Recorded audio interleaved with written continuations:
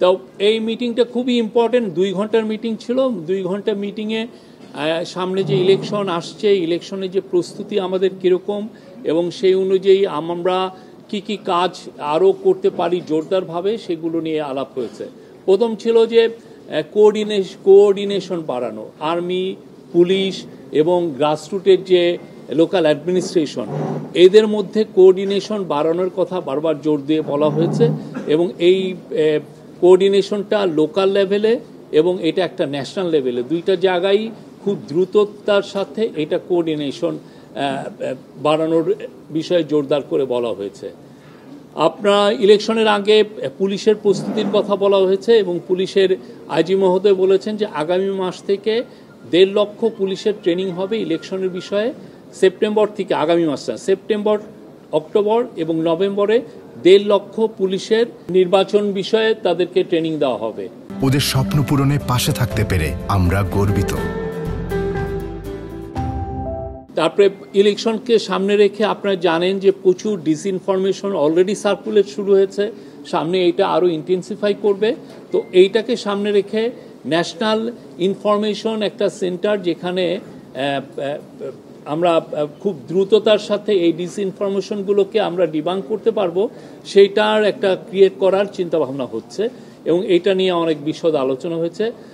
Chief adviser আমাদের home ministry বা পুলিশের এখানে বা যে একটা সেন্ট্রাল কমান্ড স্ট্রাকচার কিছুদিন আগে করা হয়েছে আপনারা জানেন, সেখানে একটা মিডিয়া সেন্টার প্রতিষ্ঠা করার কথা বলেছেন, যাতে করে খুব দ্রুত এই আইন শৃঙ্খলা সংক্রান্ত যে কোনো ইনফরমেশন খুব দ্রুত কালেক্ট করা যায় এবং ওই দিনই ওই সময়ই এটা যাতে ডিসেমিনেট করা যায় এবং সেই জায়গায় প্রতিদিনই যাতে প্রেস কনফারেন্স করে আপনাদেরকে জানানো যায় যে কোথায় কি কিভাবে হচ্ছে, কোথাকার সিচুয়েশনটা কি, এই প্রত্যেকটা বিষয় এবং খুব দ্রুততার সাথে, এবং এইটার থেকে আপনারা যাতে প্রতিনিয়ত সব সময় যাতে ইনফরমেশন পান সেই বিষয়ে জোরদার করতে বলা হয়েছে।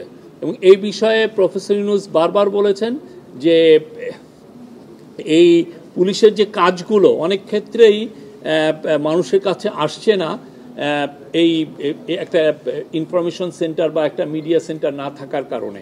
পুলিশ অনেক জায়গায় অনেক ভালো ভালো কাজ করছেন, অনেক জায়গায় ইন্টারভেনশন ওরা খুব দ্রুতই করছেন, কিন্তু দেখা যাচ্ছে যে এই বিষয়গুলো আমাদের অনেকের কাছেই জানা থাকছে না। সেই জন্য এই মিডিয়া সেন্টারটা এটা এইভাবে কাজ করবে।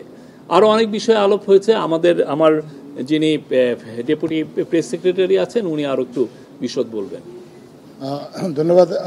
আজকে আলোচনার মধ্যে আরেকটা গুরুত্বপূর্ণ বিষয় ছিল, উনি আইন শৃঙ্খলা রক্ষাকারী বাহিনীকে হটস্পটগুলো নির্বাচনের আগে যে জায়গাগুলোতে সমস্যা হতে পারে বলে আইন শৃঙ্খলা রক্ষাকারী বাহিনী মনে করে, সেই স্পটগুলোকে দ্রুত আইডেন্টিফাই করার কথা বলেছেন এবং সেখানে কী ধরনের আইন শৃঙ্খলা রক্ষার জন্য বাড়তি ব্যবস্থা প্রয়োজন হতে পারে সেগুলো সম্পর্কেও রিকমেন্ডেশনের জন্য উনি তাদেরকে একটা নির্দেশনা দিয়েছেন। বিভিন্ন জেলা পর্যায়ে আইনশৃঙ্খলা রক্ষাকারী বাহিনী কোঅর্ডিনেশনের মাধ্যমে একটা সিচুয়েশন রিপোর্ট যেন কেন্দ্রীয়ভাবে পাঠানো হয়, যাতে করে সরকারের ঊর্ধ্বতন দায়িত্বশীল যারা আছেন ওনারা যাতে বুঝতে পারেন যে একটা গ্রাউন্ড লেভেলের সিচুয়েশনটা কী এবং সেই অনুযায়ী যাতে পদক্ষেপ নিতে পারেন।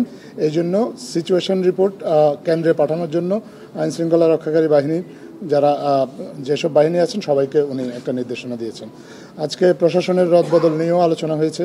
নির্বাচনের আগে আপনি জানেন যে প্রশাসনে একটা রদবদল আসন্ন, এই রদবদলটা কী প্রক্রিয়ায় হবে সেটা নিয়ে আলোচনা হয়েছে এবং সে বিষয়ে কিছু সিদ্ধান্ত হয়েছে।